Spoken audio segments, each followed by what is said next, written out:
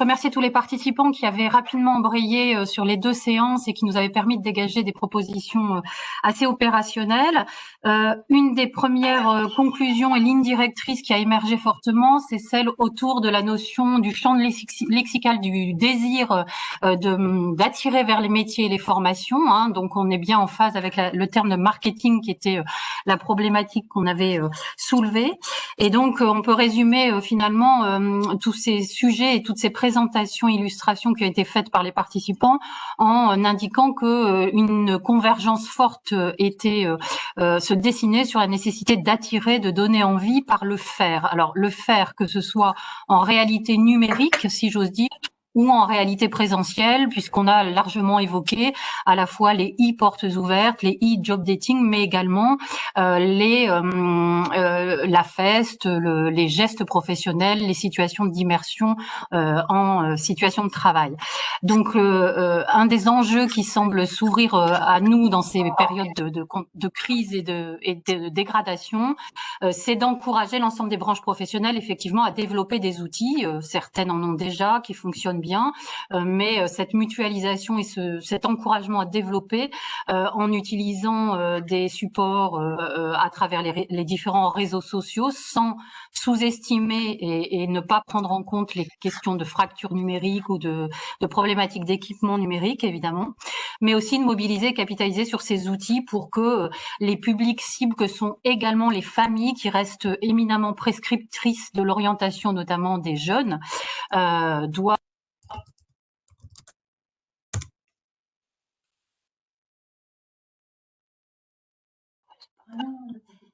Vous m'entendez toujours? Vous m'entendez?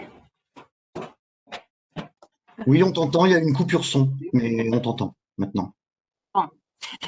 J'enchaîne, si vous le voulez bien, sur la deuxième grande proposition qu'on a pu dégager de ces travaux, c'est que tout au long de ces ateliers, ce qui a surgi de manière très claire, c'est le fait que même avec de l'anticipation, même avec de l'individualisation de ces outils dans les parcours de chacun des publics visés, il fallait aussi accorder une importance toute particulière à la fonction de coordination et de mobilisation partenariale qui restaient des conditions de réussite pour construire ensemble un véritable marketing des filières. Et cette nécessité finalement d'articulation forte entre les entreprises et les établissements de formation pour développer des temps de communication sur ces filières, ces métiers, ces débouchés, pourrait accoucher ou déboucher notamment de séquences de modules de formation, à la fois pour ces référents marketing finalement, mais aussi pour ces référents sourcing, puisque un des sujets majeurs qui se pose à nous tous, c'est aussi la question du sourcing et de la prescription finalement pour les entrées en formation, quelles qu'elles soient, initiales ou tout au long de la vie. Enfin, dernière proposition aussi qui a permis d'ouvrir la réflexion sur la nécessité de mettre en place, à l'aide de ce qui existe déjà, mais aussi de ce qui serait manquant et de ce qui serait à repérer, à créer, et d'échanges avec les entreprises, à destination de l'ensemble des acteurs de l'IO, ce qui représente une diversité d'acteurs certaines, en lien bien entendu avec les branches professionnelles et leurs outils, notamment les OPCO, mais aussi les autorités académiques et la région au travers de la feuille de route de proche orientation, puisqu'il s'agit aujourd'hui d'une compétence dont le chef de fila a été fixé à ces deux responsabilités publiques. Voilà ce que je pouvais vous indiquer des travaux qui ont été menés pendant cette séance sur la thématique première.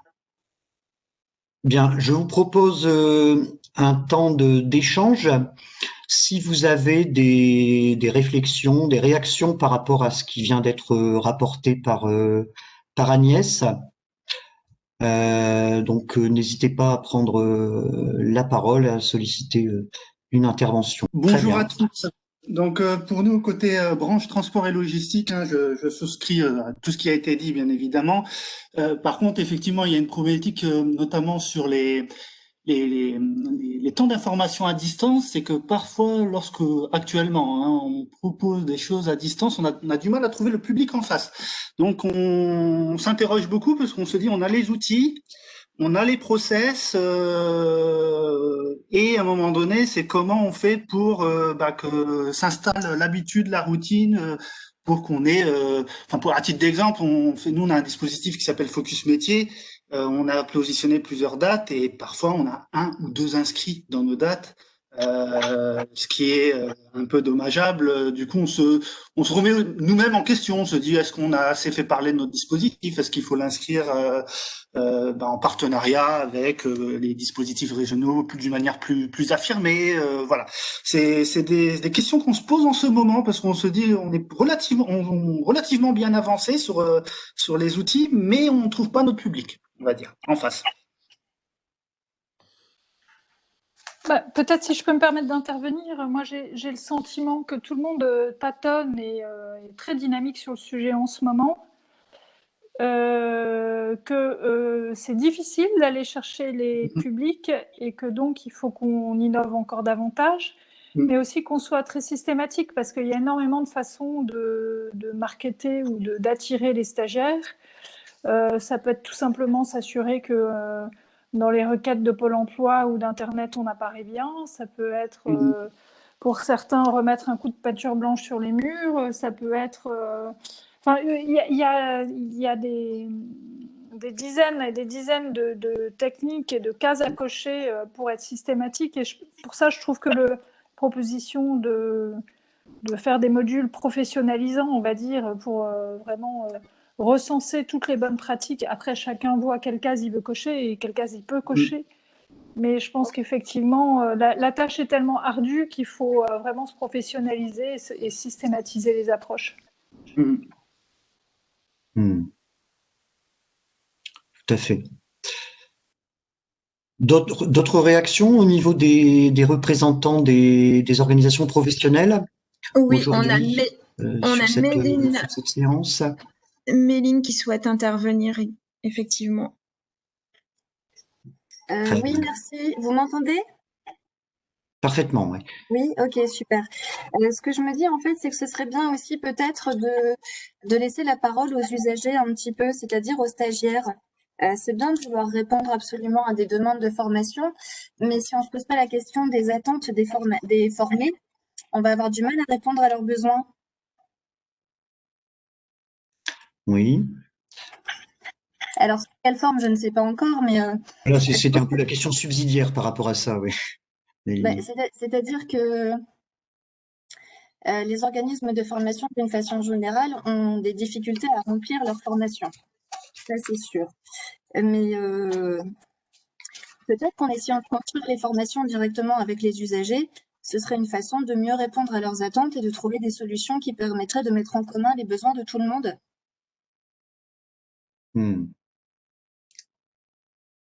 Tout à fait.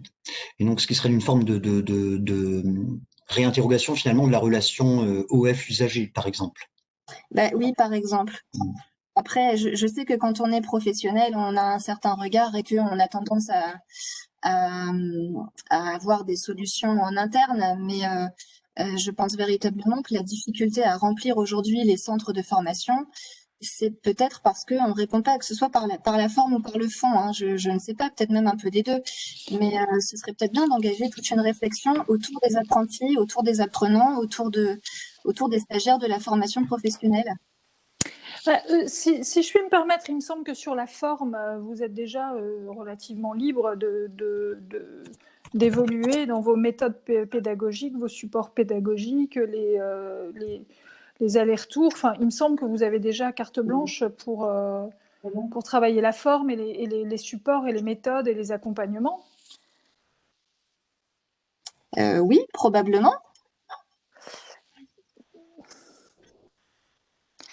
Donc, après, moi, je fais aussi le constat par rapport à une expérience personnelle, quand j'étais pas dans la mission que j'occupe aujourd'hui, mais dans une mission que j'occupais avant, et dans laquelle, malheureusement, on avait énormément de difficultés à aller chercher les stagiaires. On ne savait pas comment répondre à leur demande, mais à aucun moment on leur a posé la question à ces stagiaires-là. C'est-à-dire que nous, on réfléchissait à des solutions entre nous, en équipe, ou alors avec les partenaires ou avec des entreprises. Mais à mon sens, après ceci n'engage que moi, hein, mais je pense que malgré tout c'est un avis qui est partagé, c'est que on ne sait pas véritablement quelles sont les attentes des jeunes. Pour réussir à travailler sur l'engagement en formation, il faut aussi peut-être comprendre leur fonctionnement, comprendre qu'est-ce qui les intéresse, qu'est-ce qui leur donne envie de se lever le matin, et qu'est-ce qui va donner du sens à leur action.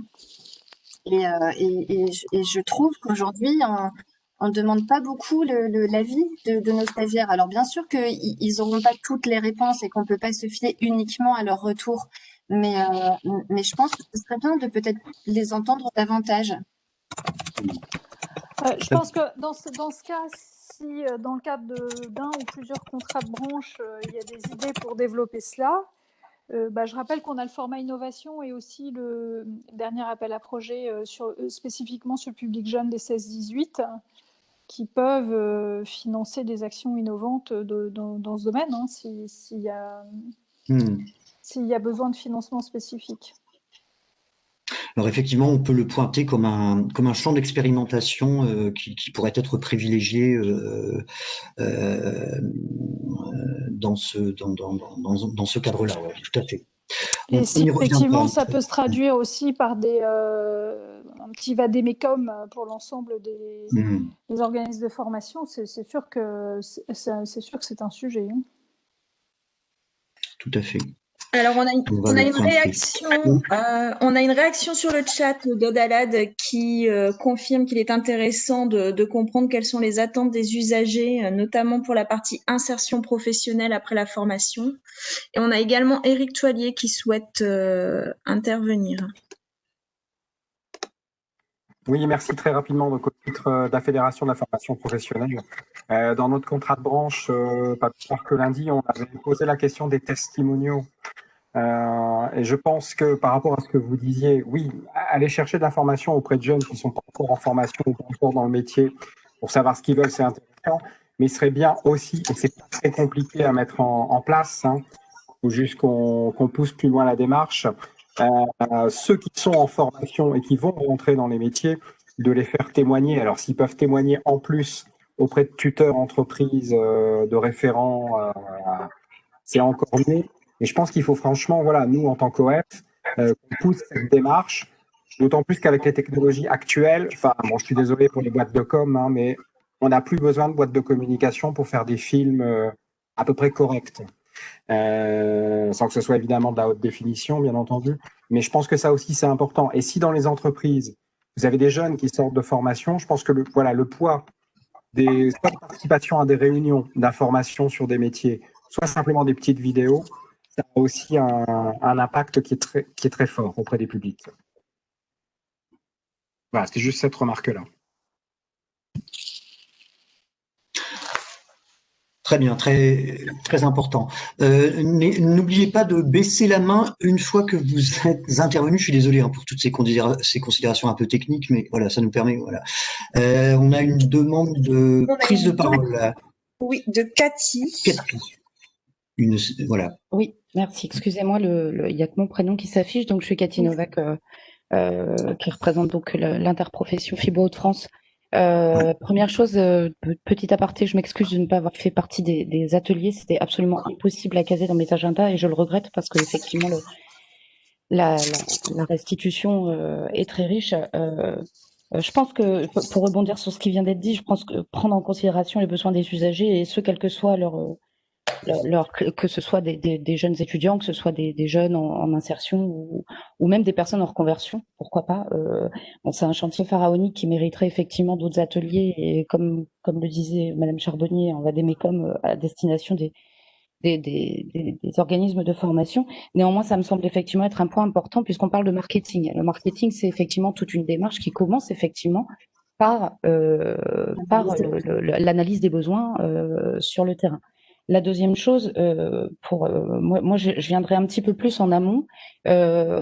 au sens où, et je vais partir d'une expérience professionnelle de chez Fibro de France, où quand on a organisé le salon Forêt-Bois à Saint-Gobain, où on a quand même réussi à obtenir 37 adhésions d'établissements scolaires qui sont venus voir les métiers de la forêt, et on a eu de très très bons retours, ça a été un beau chantier avec des beaux résultats. Néanmoins, on a réussi à faire la communication auprès de l'ensemble des établissements scolaires, des collèges en tout cas, des Hauts-de-France. Je doute que je ne sais pas à combien sont les établissements scolaires en Hauts-de-France. En attendant, 37 adhésions, ça reste quand même, c'est honorable, mais ça reste peu.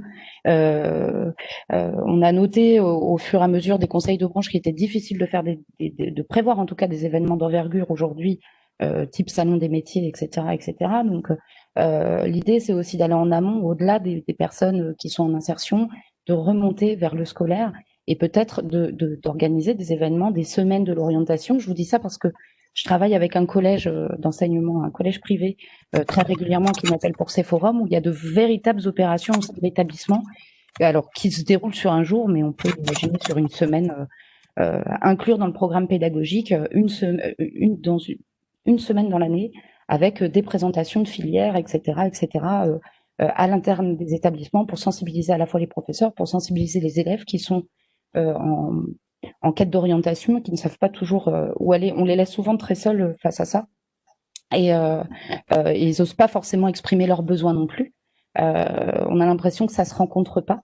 Donc, je pense effectivement qu'on peut aussi réfléchir en amont par rapport aux établissements scolaires, des actions au sein des établissements avec effectivement des diffusions de supports, des diffusions de vidéos, etc. Pour rester, en tout cas dans les conditions qu'on a aujourd'hui, on ne sait pas du tout quand est-ce qu'elles vont s'arrêter, au moins passer par les vidéos, des témoignages vidéo. Ça, c'est ma première remarque. La deuxième, je m'excuse, je suis peut-être un peu longue, je vais très vite. Le marketing, effectivement, pour revenir à cette notion-là, c'est aussi quelque chose qui s'encadre. Et je pense qu'il, enfin, ce serait peut-être bien qu'on ait tous une réflexion avec peut-être des personnes, vraiment une agence, pourquoi pas, ou des professionnels du marketing, pour essayer d'avoir une démarche unifiée sur l'approche du public et pouvoir vraiment déterminer quelles sont les choses cohérentes, à mettre en avant et chapeauter ça tous ensemble avec un projet global pour justement une diffusion en région dans les établissements et toutes les spells diverses et variées. Je vous remercie. Merci beaucoup pour ce que vous venez de dire. Est-ce que si j'essaie de reformuler avec mes mots pour essayer d'ancrer ça dans quelque chose de... Enfin, c'est déjà très concret ce que vous dites, hein, mais pour le rendre encore plus opérationnel pour notre enceinte ici, est-ce qu'on pourrait traduire ça en disant on pourrait ouvrir un groupe de travail interbranche pour construire une semaine d'orientation entièrement en visio qui éventuellement pourrait être confiée à l'éducation nationale pour son orientation. Enfin, qu'en pense l'académie et est-ce que c'est ce que vous avez est-ce qu'on peut formuler ce que vous venez de dire de cette manière-là? Tout à fait, je vous remercie. Géronimi, peut-être? Oui, alors je voulais vraiment rappeler une fois de plus, excusez Madame le recteur de la région qui vraiment être présente, mais qui a été, compte tenu de l'actualité, obligée de pouvoir se présenter aujourd'hui, m'a demandé de la présenter très rapidement. Tout ce que vous dites est extrêmement intéressant. On voit que cette réflexion est vraiment partagée par l'ensemble des acteurs sur l'attractivité des filières. Donc la semaine de l'orientation, bien sûr, elle existe déjà, mais en effet, on pourrait, dans le cadre de cette semaine, innover sur différents dispositifs, comme certains d'ailleurs l'ont très bien fait depuis la période de confinement. On a vu se développer de nouveaux outils, de nouveaux modes de communication. Donc je pense qu'on pourrait avoir une approche qui pourrait s'associer à ce qui se fait déjà, mais qui permettrait peut-être, en effet, d'aborder autrement le jeune. Et j'ai aussi entendu dans la restitution qu'il n'y avait pas que le jeune, il y a la famille finalement aussi dans les représentations. Donc je pense qu'on pourrait tout à fait innover et accompagner une démarche innovante dans ce domaine. Très bien. Bah dans ce cas-là, il faut qu'on unisse un groupe de travail, Laurent. Très intéressant. Oui. Tout à fait. Avant de passer, tout à fait, on va noter. Et peut-être pour revenir aussi sur l'intervention, je suis désolée, j'ai pas noté le nom de l'intervenante parce qu'il y avait un volet orientation des jeunes et il y avait un volet aussi peut-être plus demandeurs d'emploi ou salariés dans ce qui a été dit. Oui, usager, oui. Et ça, je pense, puisqu'il est proposé dans le compte-rendu de travailler sur un séminaire professionnalisant sur le marketing des formations, en fait, que ce soit à destination des prescripteurs ou des organismes de formation, je pense qu'on peut peut-être travailler, y compris, pourquoi pas, avec des professionnels, mais à bien construire ces séminaires de formation ou partage de pratiques, je ne sais pas comment il faut les appeler, pour y mettre les fruits d'une analyse régionale et construite de manière partenariale en interbranche. Je vous le propose comme ça, moi. Oui, tout à fait. Alors, peut-être revenir en conclusion, en complément de conclusion avec Agnès qui nous faisait ce retour. Agnès Hendrick, en te remerciant de ta participation à cette restitution. Merci Laurent. Oui, juste pour prolonger la proposition de Madame la vice-présidente, si elle en est d'accord, c'est vrai que dans la feuille de route de proche orientation, on a justement prévu de mettre en place des comités d'usagers pour vraiment faire l'analyse des besoins de nos publics cibles sur notre périmètre confié par la loi avec l'État. Bien sûr, c'est une compétence qu'on partage avec l'Éducation nationale, mais aussi la DRAF et la DRJSCS sur l'information sur les métiers. Et donc, moi, je me réjouis vraiment que cette proposition, finalement, que vous adoubez et que vous ouvrez en interbranche, on puisse l'inscrire et la mettre en œuvre aussi dans le cadre de cette nouvelle compétence qui nous est confiée, tout comme la semaine de l'orientation qui, effectivement, comme le disait Monsieur Géronimi, est un sujet que nous travaillons en partenariat étroit, puisque la région a désormais aussi cette responsabilité, finalement, de l'information qui est un élément de l'accompagnement à l'orientation qui reste, elle, du ressort de l'Éducation nationale et des autorités académiques. Donc, on peut proposer que nos comités d'usagers expérimentaux peut-être viennent alimenter la réflexion de ce groupe de travail, si vous le souhaitez, et si vous trouvez ça pertinent. Si toutes les planètes s'alignent, c'est ultra pertinent. Ouais, absolument. Là, on est sur du concret qui vient renforcer le concret, donc parfait. On fait comme ça. Sur le chat, on a un certain nombre de réactions. N'hésitez pas à utiliser le chat, bien entendu, qui nous indique effectivement un certain nombre d'éléments, notamment l'intégration dans notre réseau d'acteurs des établissements privés, également sur ce champ-là. Donc la deuxième thématique, on était sur la question de la réponse formation finalement, et donc qui s'exprimait dans comment répondre aux nouveaux besoins identifiés par les branches professionnelles et les entreprises, tout en sécurisant les parcours professionnels. Donc, à l'instar d'Agnès, je voulais d'abord saluer la mobilisation extrêmement forte des participants. Il faut savoir qu'au total, on a eu plus de 70 participants sur les ateliers, qui ont permis d'identifier un certain nombre de pistes sur ce champ qui est évidemment très sensible et très actuel.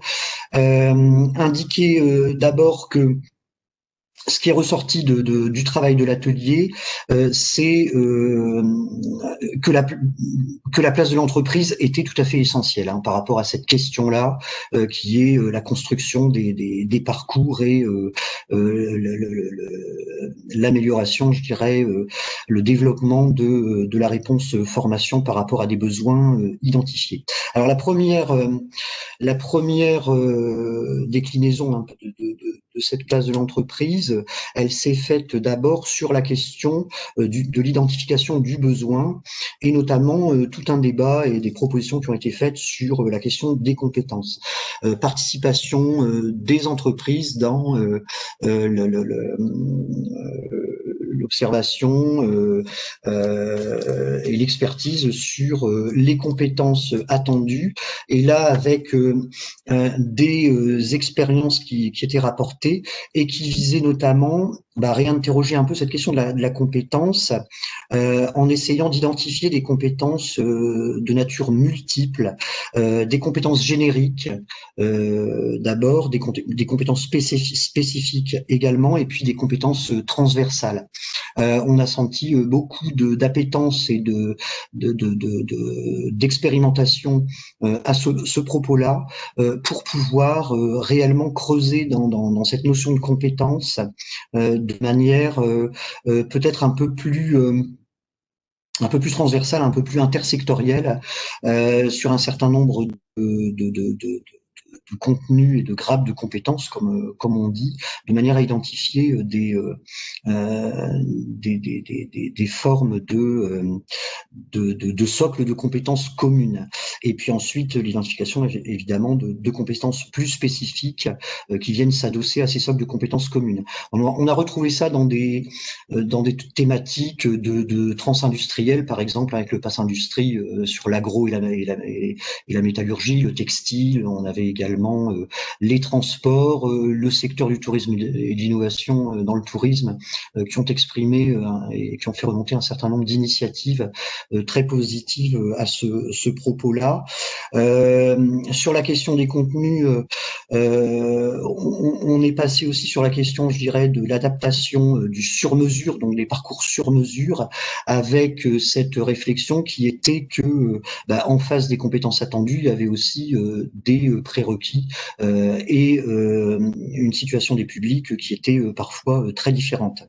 Alors tout cela nous amenant à une nécessité de souplesse qui a été qui est assez fortement ressortie dans les débats, de souplesse dans l'organisation des processus de formation, demande de souplesse renforcée notamment par la crise sanitaire, évidemment, et en gros qui était, si je devais le résumer en une phrase qui a été citée, c'était: nous ne sommes plus dans une configuration où on met tous les élèves ou tous les stagiaires dans une classe et puis on fait signer des feuilles de présence, mais on est sur des temps qui vont être extrêmement variés, entre le distanciel, le présentiel, entre des groupes complets ou du travail beaucoup plus en bilatéral avec les publics, etc. Voilà, donc toute une notion qui tourne autour de ces questions de souplesse du process de formation, et sur lequel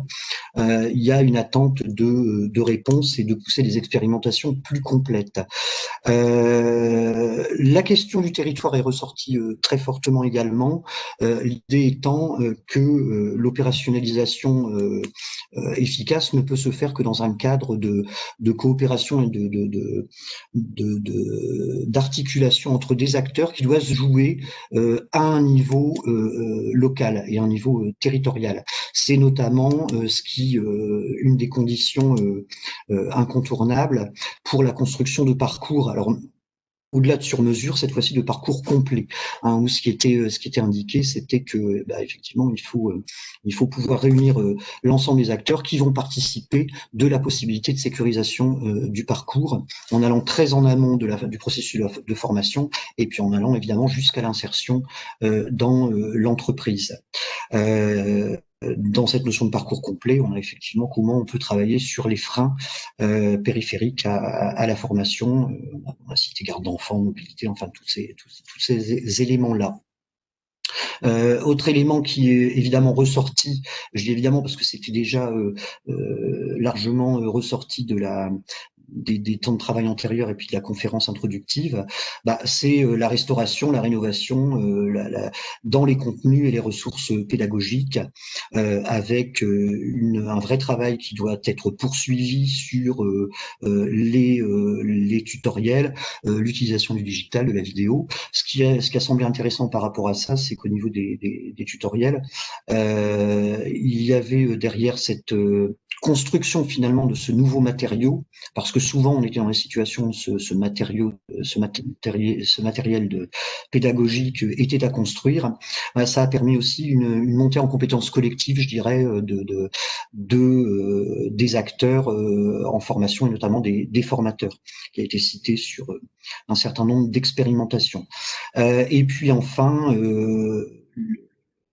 l'intérêt et l'importance dans le cadre de la mobilisation aussi des politiques publiques aux côtés des branches professionnelles, c'est l'importance de l'accompagnement des acteurs. On en parlait précédemment, mais où on va retrouver effectivement ces trois catégories d'acteurs qui sont les formateurs, les stagiaires ou les publics de manière plus générale, et les entreprises.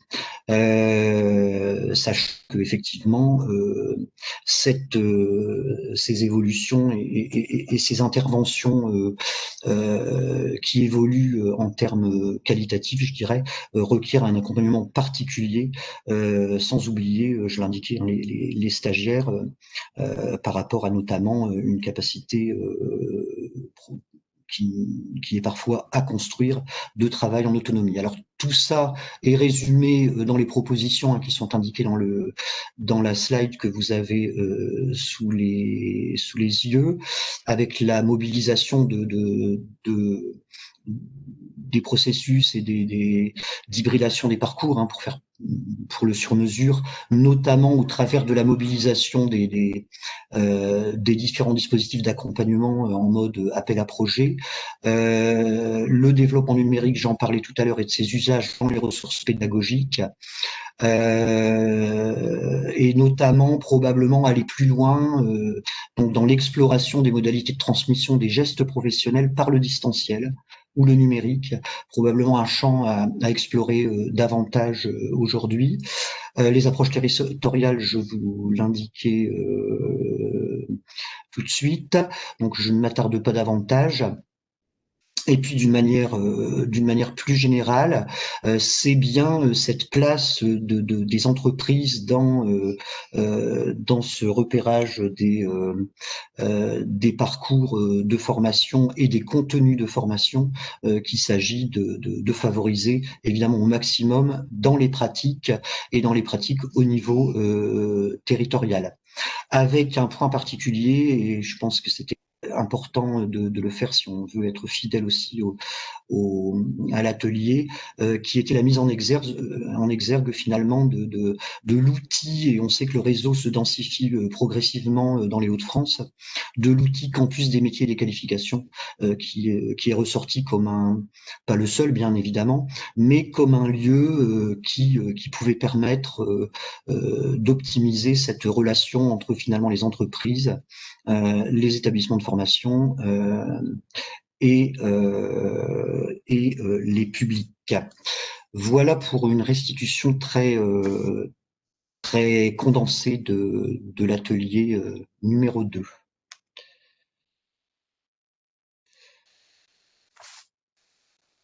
Voilà, donc je change de casquette et je reprends celle de l'animation, où on a une demande de prise de parole d'Éric Toillier. Oui, enfin très bref, c'est juste pour compléter parce que merci Laurent, je trouve que c'est très complet et très précis et très fidèle à ce qu'on s'est dit. Et juste de dire que tout ça, ça implique aussi que dans les pratiques d'achat des financeurs, qu'il y ait aussi une évolution. C'est-à-dire, tout ça, ça implique qu'on ne soit pas, et excusez-moi de parler quand même de notre business model, en tant que représentant des opérateurs privés, ça implique qu'on ne soit pas payé à l'heure, à la fameuse faille de présence, mais plutôt à des prix parcours, où on nous laisse faire effectivement le métier de l'ingénierie et d'adaptation des parcours, parce que tu l'as très bien dit, ça implique que le parcours de formation sera constitué de temps à distance, de temps en présentiel, de temps en bilatéral, de temps asynchrone, de temps en entreprise.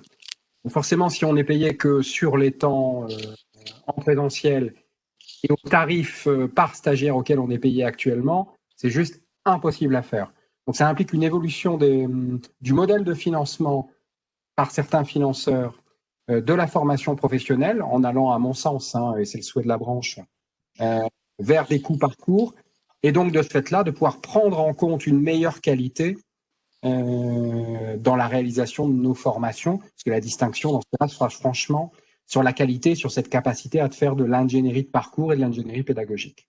Voilà, je pense que pour nous, en tout cas, en tant qu'OF, c'était important d'ajouter ce point-là, parce qu'il n'est pas neutre.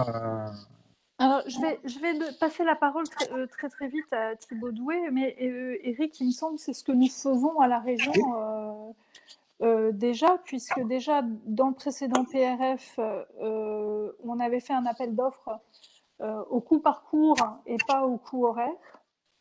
Certes, l'unité de paiement était restée à l'heure de formation, mais sur la base d'un coût par cours divisé par le nombre d'heures qui avait été annoncé lors de l'appel d'offres. Donc, on est vraiment passé en coût par cours déjà depuis plus de 3 ans. Et en plus, dans le nouvel, enfin, je vous laisse répondre tout de suite. Et en plus, dans le nouvel appel d'offres, on a dit que la part de distanciel était, enfin voilà, à la discrétion de l'organisme de formation. Donc, on a encore passé une étape de plus dans le PRF qui est en cours de dépouillement. Donc, il me semble que dans la pratique du PRF actuel, alors il reste on va dire l'unité de management et de paiement qui enfin, reste l'heure, mais on est déjà en coût par cours et avec une latitude sur le contenu numérique et distanciel qui est déjà ouverte.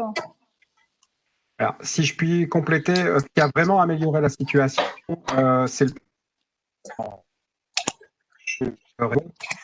puisqu'il y avait bien des prix par cours et on vendait au prix par cours, mais comme vous l'avez dit, on était obligé pour être payé de l'ensemble du prix par cours de prouver qu'on avait fait les heures. Par contre, dans le dernier confinement, ce qui s'est passé, c'est que, et Thibaut complétera, c'est que vous nous avez autorisé, alors là, désolé, il faut que j'explique un tout petit peu techniquement, une séquence pédagogique qui est en présentiel, qu'on aurait fait en 3 jours, on peut maintenant vous la facturer en disant oui, en présentiel, ça aurait représenté 3 jours. On n'a pas organisé de cette façon-là avec 3 jours en présentiel avec des stagiaires. On l'a fait autrement. Donc, on fait un petit mémoire pédagogique, je parle sous ton contrôle, hein, Thibaut, dans le logiciel de paiement. Et ça permet voilà, d'être payé comme si on avait fait les 3 jours. Alors qu'en réalité, on a peut-être fait 4 heures de présentiel avec tous les stagiaires, 4 heures de travail en bilatéral et 2 jours avec d'autres modalités. Je ne sais pas si je suis clair. Ça, c'est vraiment le dernier confinement qui a fait évoluer les choses. Et dans le futur marché, on a effectivement cette tendance-là de pouvoir s'affranchir d'avoir des gens bloqués dans une salle pendant 3 jours avec des feuilles de présence. J'espère que j'ai été clair, mais je te laisse compléter, Thibaut. Ouais, en fait, enfin, je rejoins complètement ce que dit Madame Charbonnier. C'est vrai que on a une unité de compte, mais qui n'empêche pas la prise en compte des parcours. C'est à la fin comment on le traduit, et c'est vrai qu'on est resté sur l'heure stagiaire. Sans remettre tout dans le débat, parce que je pense que ça a été dit largement, mais je pense que ce qui est important de noter, c'est qu'on a évoqué cette question-là au moment de lancer le nouvel appel d'offres en disant, voilà, est-ce qu'on passe vraiment complètement en coup par cours, en s'affranchissant intégralement de l'heure stagiaire. Et d'ailleurs, c'est ce qu'on avait dit dans le cadre d'une réunion du contrat de branche, c'est qu'aujourd'hui, on ne sait pas le faire. Et d'ailleurs, j'ai eu un échange il y a 2 jours, il n'y a pas plus tard que 2 jours, avec mon collègue d'Occitanie, qui me disait que lui non plus n'était pas prêt à le faire, mais que bon, lui, la temporalité de son marché est différente, il va le lancer fin 2021, et donc il va engager des travaux pour justement voir comment il peut passer son marché intégralement en coup par coup. Et donc, je lui ai proposé que nous travaillions ensemble sur le sujet et qu'on puisse avancer sur cette question-là. Au-delà de ça, il faut voir qu'aujourd'hui, les adaptations qu'on a prises, effectivement, ça a été des adaptations dans le cadre du confinement saison 1 et que du coup, ça a été pris dans l'urgence, ce n'était pas prévu et que les modalités du marché ne prévoient pas de telles adaptations. Mais encore une fois, je pense qu'il faudra poser clairement dans le cadre des échanges que nous aurons, parce que ce que l'on a expliqué aussi dans le cadre de la saison 1, c'est qu'on était prêt à travailler avec les organismes de formation sur cette question-là. Je pense qu'il faudra poser clairement cette question de coup par cours, heure stagiaire, parce que même si à la fin, effectivement, on peut le retraduire en coût heure stagiaire, on est bien dans une approche de coup par cours. Et après, il faudra qu'on s'entende concrètement sur la définition. En tout cas, la discussion, le débat est complètement ouvert là-dessus. Je le redis, on s'est engagé à travailler avec vous à partir de 2021. On a dit on pourra engager une réflexion autour de ce sujet-là. Moi, je vais engager un travail aussi avec d'autres régions, notamment Occitanie, sur la façon dont ils appréhendent le sujet. Le Haut Commissariat aux compétences, la DGEFP, ça fait plusieurs années maintenant qu'ils en parlent. Très honnêtement, quand on leur pose des questions, ils ne savent toujours pas nous dire comment ils le feraient, eux. Mais bon, donc du coup, c'est vraiment un sujet sur lequel on pourra revenir, mais et il faudra voir dans quelle mesure, au-delà de ce débat-là, ça permet réellement de mettre en place des pratiques pédagogiques différentes, plus favorables. Voilà, c'est ça quand même la question, c'est de savoir si ça permet Ce que je d'appuyer retiens de la cette formation. discussion, si vous me permettez, ce que je retiens de cette discussion, c'est que on peut aller encore plus loin pour les modalités administratives, mais en termes d'innovation pédagogique, le cadre est déjà posé, c'est-à-dire vous pouvez, à l'intérieur du coût parcours qui a été donné et du volume horaire que vous avez vous-même donné au démarrage, vous pouvez tout à fait innover dans le... Vous êtes déjà libre d'innover dans les formats pédagogiques et l'hybridation des différents supports. Ça oui, dans le nouveau marché, c'est jusqu'à 30% de la durée totale du parcours de formation qui peut se dérouler à distance, notamment. Je suis d'accord, hein, Karine, les bases sont là, on a très bien avancé ensemble, et ça on se l'est dit plusieurs fois, y compris le 3 septembre lors de la grande réunion qu'on avait fait. Après, comme dit Thibaut, dans les modalités administratives, il y a encore quelques petits blocages. Ceci dit, c'est aussi à l'État, comme disait Thibaut à un moment, de débloquer certaines situations. Mais en tout cas, en partie de notre région, on avance déjà beaucoup ensemble sur le sujet. Bon, je pense que ce n'était pas le sujet de l'atelier, mais je suis ravie qu'on ait cette discussion parce qu'effectivement, c'est un sujet très important auquel, en tout cas, ce qu'il faut retenir, c'est que la région est mobilisée sur ce sujet et partage votre analyse et votre diagnostic. Hein. Moi, ce que je propose à ce stade, c'est peut-être de passer au dernier thème, au thème 3, sur la place de l'entreprise dans le processus de formation. Et on va passer la parole à Rachida Guessier. Alors, on a prévu, Laurent, hein, d'intervenir à deux voix, Boussad dans un premier temps et moi pour la suite. Donc, je donne la parole à Boussad, s'il en est bien d'accord. On fait comme ça. Oui. Bonjour à tous. Oui, donc effectivement co-animé avec Rachida Guessier.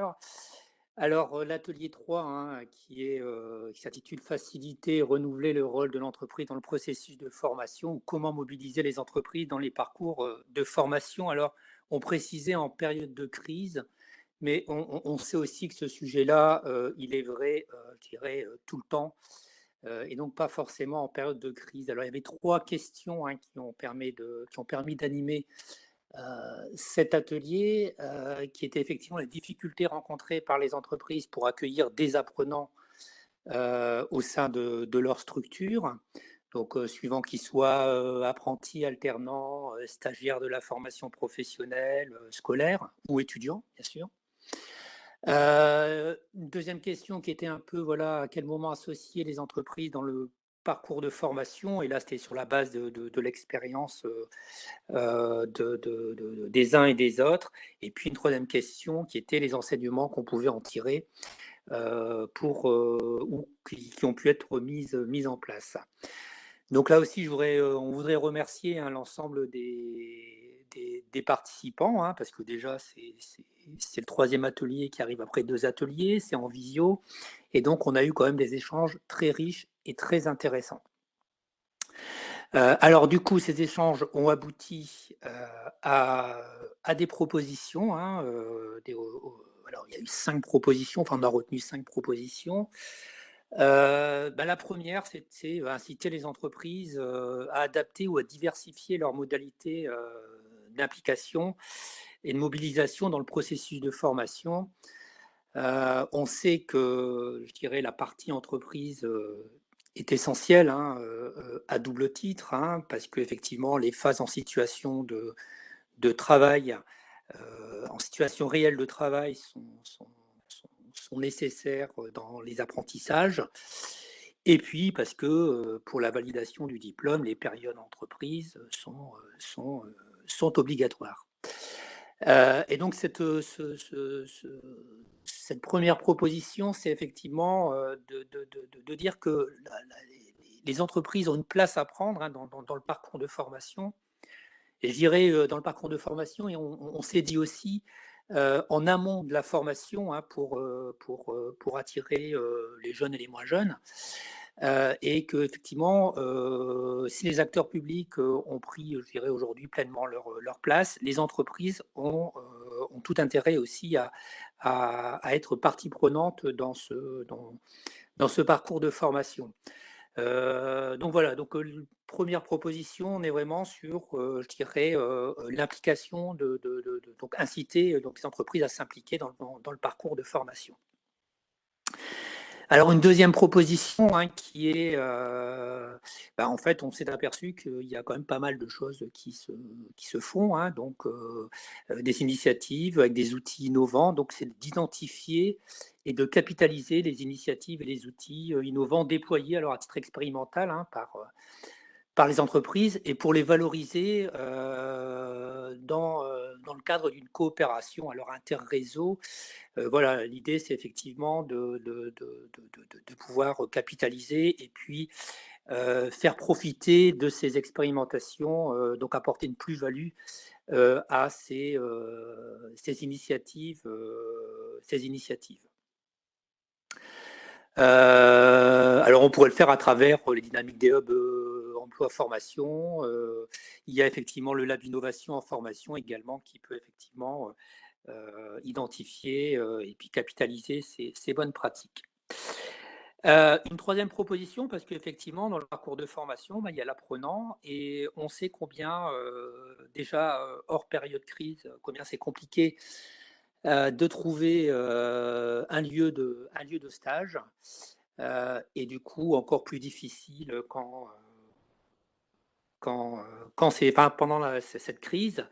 Donc là, c'est de dire voilà comment on peut expérimenter des outils de mise en relation entre ceux qui cherchent des stages et aussi les entreprises qui, malgré tout, offrent des stages sur un territoire donné. Alors, il y a eu des expérimentations aussi. On a eu une expérimentation. Alors, c'est pas une expérimentation, mais c'est ce qui a été fait par une école de la seconde chance, il me semble, où en fait on a rendu flexible le parcours de formation avec les phases en entreprise, voilà, pendant les périodes qui étaient plus propices. Donc voilà, donc c'est peut-être aussi comment on rend un peu plus flexible ces temps de période en entreprise.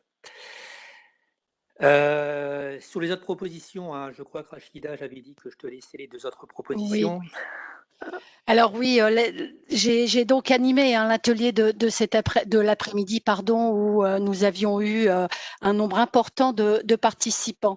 Ce qui ressort en tout cas de cet après-midi, c'est le rôle incontournable et nécessaire de l'OPCO, puisque à son initiative, il peut effectivement développer et accompagner les entreprises, et particulièrement les TPE, puisqu'on le sait tous, elles ne disposent pas forcément de temps, elles ne disposent pas forcément de ressources pour, en tout cas, gérer la dimension formation.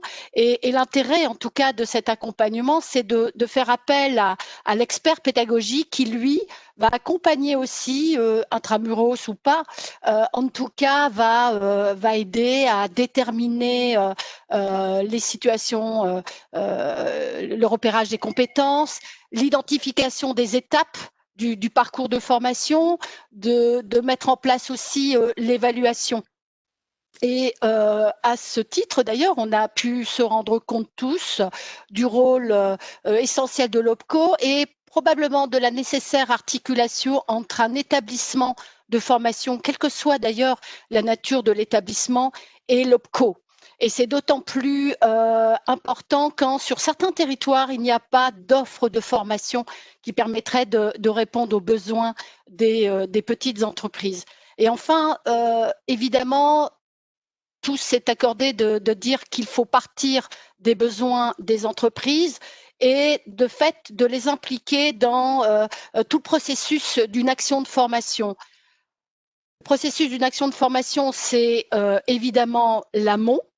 Comment effectivement on capte l'intérêt du public pour telle et telle action de formation, mais aussi pendant, et de déterminer le rôle de l'entreprise sur le pendant, certes les immersions d'entreprise, mais pas seulement. et, de voir aussi la participation des entreprises sur l'aval, à la fois dans, je dirais, l'objectif de qualification et bien évidemment dans l'objectif de recrutement. Donc voilà un petit peu les pistes qui ont été définies dans le cadre de l'atelier de l'après-midi. Merci Boussad et Rachida. Est-ce que vous avez des réactions par rapport à ce qui vient d'être présenté en restitution d'atelier?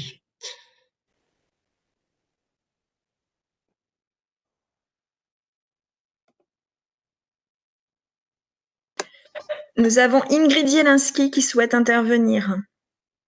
Très bien. Oui, bonjour à tous. Ingrid Jelinski, directrice opérationnelle du campus métiers et qualifications, bâtiments et systèmes énergétiques. Je voulais juste rebondir sur les 2 derniers points donc, de cet atelier. Alors, pour les OPCO, parce que déjà, je pense qu'ils le font, l'accompagnement des TPE et puis justement par les diagnostics RH qui sont régulièrement faits par tout type d'OPCO interbranche. Et puis aussi sur le dernier point, sur le partir des besoins des entreprises et les impliquer. Je pense que tout organisme de formation doit fonctionner comme ça et fonctionne comme ça. Par contre, c'est vrai que si les entreprises pouvaient s'engager dans une démarche de gestion prévisionnelle des emplois et des compétences. Alors, on va être sur du court et du moyen terme parce que le long terme, c'est compliqué avec la crise actuelle, mais ça permettrait aussi aux entreprises de se poser les bonnes questions et puis de fait de pouvoir anticiper les compétences, de mesurer le déficit entre les compétences acquises et les compétences requises. Et ça laisserait aussi aux organismes de formation le temps de pouvoir construire l'offre et de l'adapter et de trouver les publics qui vont bien aussi. Il y a aussi cette problématique temporelle qui est assez redondante. Et aujourd'hui, les organismes de formation, au-delà du manque du public, il y a aussi la réactivité qui peut faire défaut parce que c'est compliqué de mettre en place une formation très lourde en 48 heures quand on ne peut pas anticiper un petit peu le besoin, quoi. Excusez-moi, j'ai pas retenu, vous êtes de quel campus des métiers? BSEI. BSEI, rappelez-moi ce que c'est. Bâtiment et système énergétique intelligent. Ah, pourtant, il me semblait que dans le domaine du bâtiment, la fédération du bâtiment faisait un travail prospectif assez important. Oui, mais ce n'est pas, c'est un travail prospectif, mais macro. Oui, mais dans les entreprises, vous n'aurez jamais quelque chose de précis. Ce serait mieux, hein, mais il faut. Les entreprises, elles ne savent pas quelles commandes elles vont prendre demain. Donc, évidemment qu'elles mènent des démarches de gestion prévisionnelle des compétences, mais elles seront toujours très imparfaites. Hein.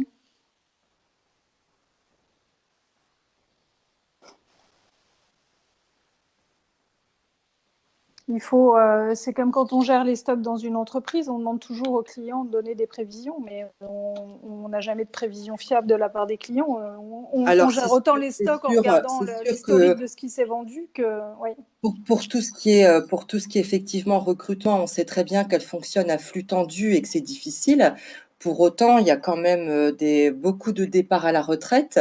Il y a beaucoup aussi d'innovations dans les techniques, dans les matériaux. Ça, c'est la partie qu'elles peuvent construire, oui. Voilà. Mais il y a toute la partie gestion du carnet de commandes. Il y a un volant important d'incertitude dans leur gestion des compétences. C'est ça que je dis pas qu'il n'y en a pas, hein, mais je dis qu'il y a et que forcément, ça nécessite de l'adaptation du coup dans les organismes de formation, sachant que pour se préparer, on a quand même la prospective de la branche. Qui est plus ou moins d'actualité, comme la BMO. Hein. Oui, typiquement la BMO, tout le monde a pensé que ça allait se développer et puis ça ne se développe pas autant qu'on l'a imaginé. Ouais, c'est dommage. Oui, mais bon, malheureusement, tout est un peu comme ça en entreprise. C'est pour ça que justement, les prestations RH qui sont développées, alors je parlais par Constructis, hein, qui met ça en place avec les fédérations sur justement les diagnostics RH. L'objectif, c'est effectivement de pouvoir anticiper les besoins à court et moyen terme. Alors quand je dis court et moyen terme, c'est 6 mois à 1 an, hein. On n'est pas sur une GPEC à 3 ans, bien évidemment, mais pour nous permettre justement d'apporter aussi des réponses plus adaptés et d'être beaucoup plus réactifs. Alors après, je pense que précisément, et je me suis réjouie quand j'ai vu notamment dans l'atelier 1, les campus des métiers étaient bien, le rôle central était bien souligné. Hein. C'est Oui. que puisque vous êtes quand même au contact et un point de référence et de pivot du territoire, vous êtes quand même plutôt bien connecté pour travailler. C'est notre ambition. Oui. Et puis, je pense que la stratégie qui se développe dans beaucoup de branches maintenant, qui consiste à faire des modules transversaux, Oui. des socles communs, Oui. et puis de développer de manière réactive des modules en fonction de besoins plus précis ou plus flexibles, Oui. ça me paraît être une stratégie pour répondre à l'incertitude que vous évoquez. Oui, c'est pour ça qu'on va le tester là avec notamment la CAPEB, juste pour apporter une réponse des plus justes et des plus rapides.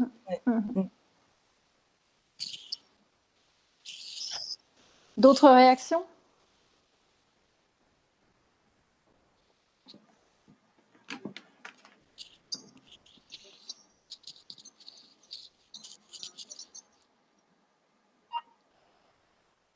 Ok. Mais effectivement, on a bien, enfin dans l'ensemble des ateliers, d'une manière générale, on a bien senti ce fourmillement finalement d'initiatives qui étaient prises dans le sens du rapprochement entre les centres de formation ou établissements de formation et les entreprises. Alors effectivement, ça a été largement cité sur les campus des métiers et des qualifications. De la même manière, évidemment, on a eu des témoignages extrêmement intéressants aussi de la Chambre des métiers sur le sujet et qui sont des acteurs essentiels de rapprochement aux côtés évidemment des branches professionnelles et des OPCO qui nourrissent finalement ce champ d'expérimentation très important qui est ouvert. Ce qui ressortait aussi beaucoup, c'était la capacité d'une part d'accompagner ces acteurs et dans le sens de ces expérimentations et ces opérationnalisations. Ce qui ressortait également, c'était au-delà de l'accompagnement, c'était aussi de pouvoir finalement mettre en synergie, comme on dit, ces expériences et ces expérimentations, de manière à pouvoir créer les conditions finalement d'un réseau apprenant sur cette question-là et susceptible d'essaimage. Je pense que ça sera un des enjeux, en tout cas un peu transversaux, qui sont ressortis des différents ateliers, en nous appuyant sur ces acteurs qui sont extrêmement actifs actuellement dans le paysage Hauts-de-France. Donc je reviens maintenant sur la suite concrète de nos travaux, pour vous indiquer que donc suite à ce qui a été proposé, ce qui est ressorti comme priorité, on va maintenant bien évidemment rentrer dans une phase qui est une phase d'opérationnalisation de ces initiatives nouvelles à prendre. Alors on aura deux types d'opérationnalisation. Un premier que vous connaissez dans le cadre de l'avis des contrats de branche et qui va être de s'approprier finalement ces questions-là et de regarder de quelle manière elles doivent maintenant déboucher sur des actions concrètes dans un cadre de contrats de branche et de partenariat.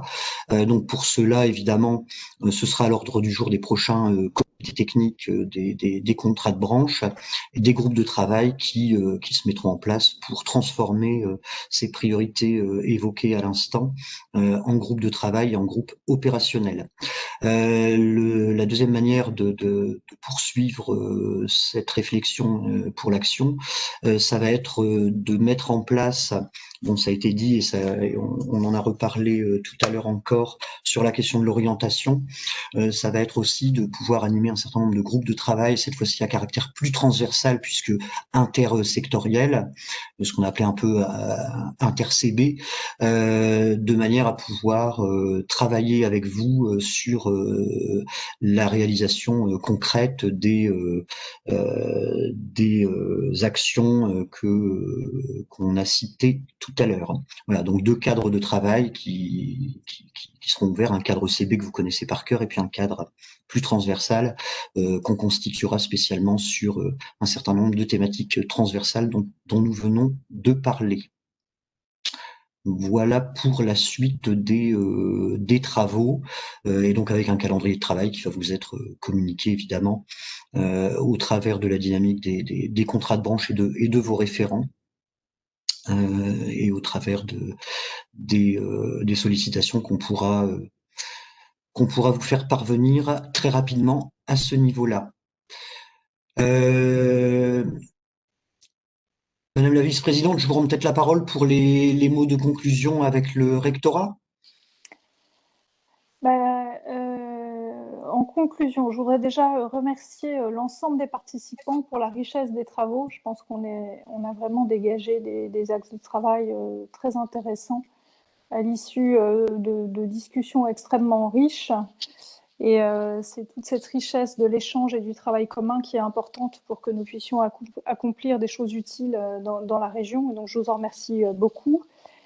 Donc moi, je suis très attachée à ce que Laurent vient de dire, c'est-à-dire est-ce qu'on concrétise donc ces directions, ces axes de travail qui ont été identifiés dans des actions concrètes, c'est-à-dire en fiche action dans nos contrats de branche pour qu'on les ancre vraiment soit dans nos contrats de branche, dans des actions précises au service de nos filières, ou en format innovation, puisque je rappelle que nous avons notre format innovation qui permet d'accompagner des démarches innovantes dans les axes que nous avons indiqués.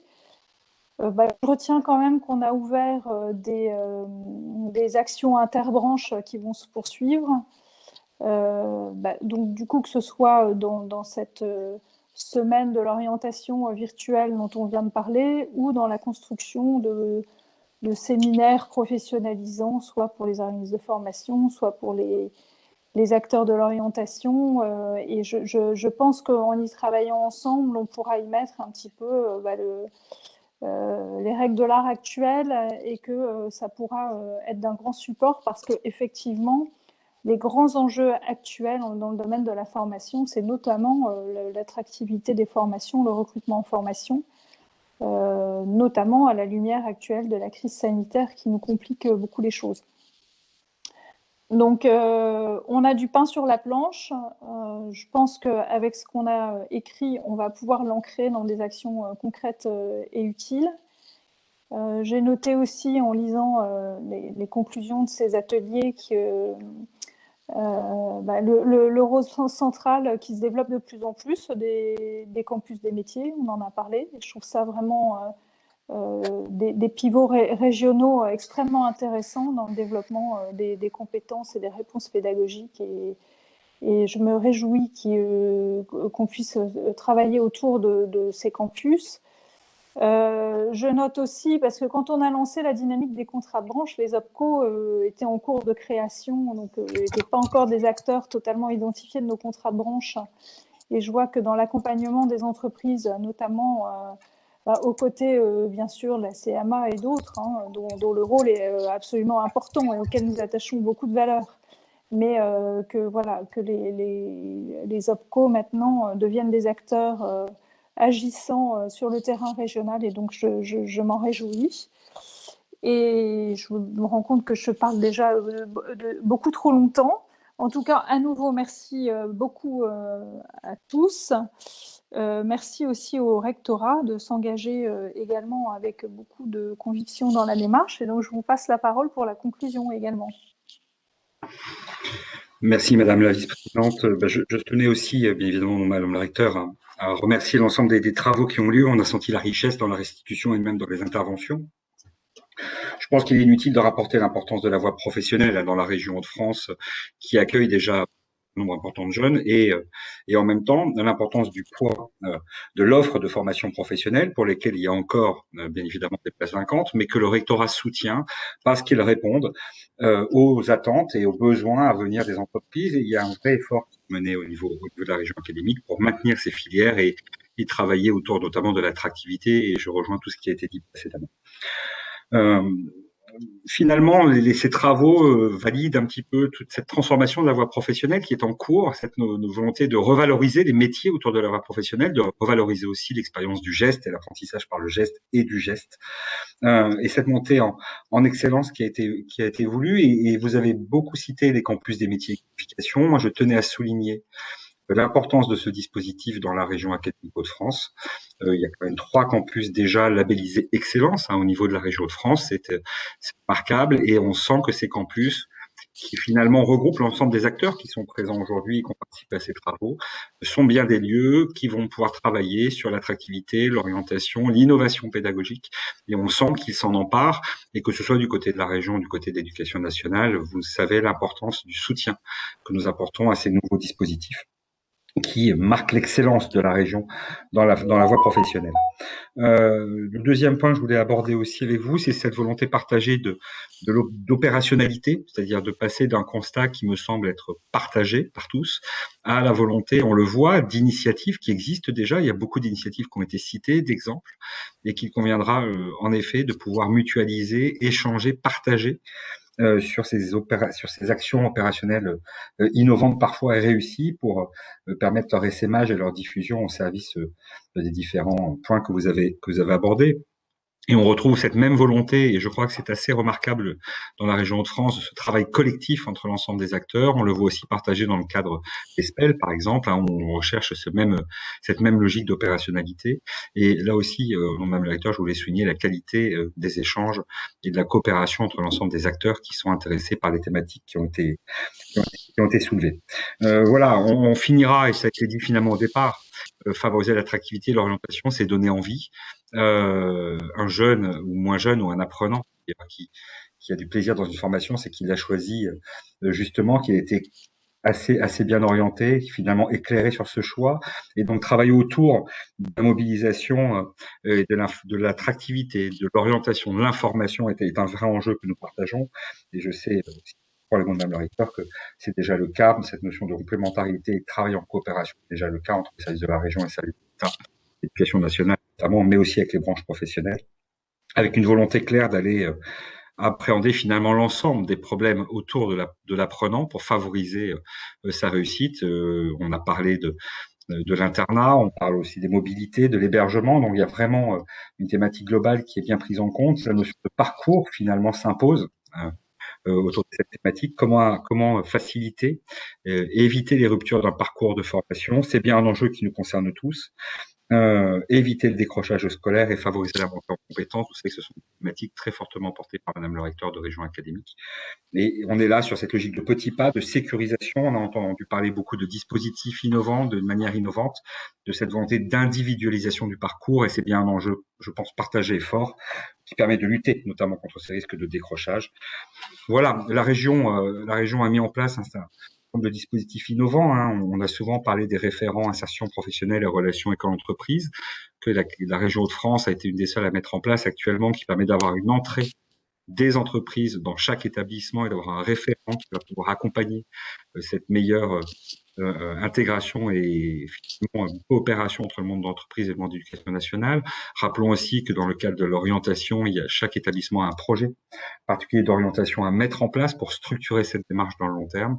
En tout cas, quand on entend ce qui vient d'être dit, quand on voit ces pistes de travail et la richesse de ce qui a été proposé, je n'ai pas de doute que cette collaboration partagée va mûrir et grandir dans le temps. Et sachez au nom de Madame le recteur que l'ensemble des acteurs de l'éducation nationale seront à vos côtés face à ces différents enjeux. Voilà, je n'en dis pas plus. Merci beaucoup.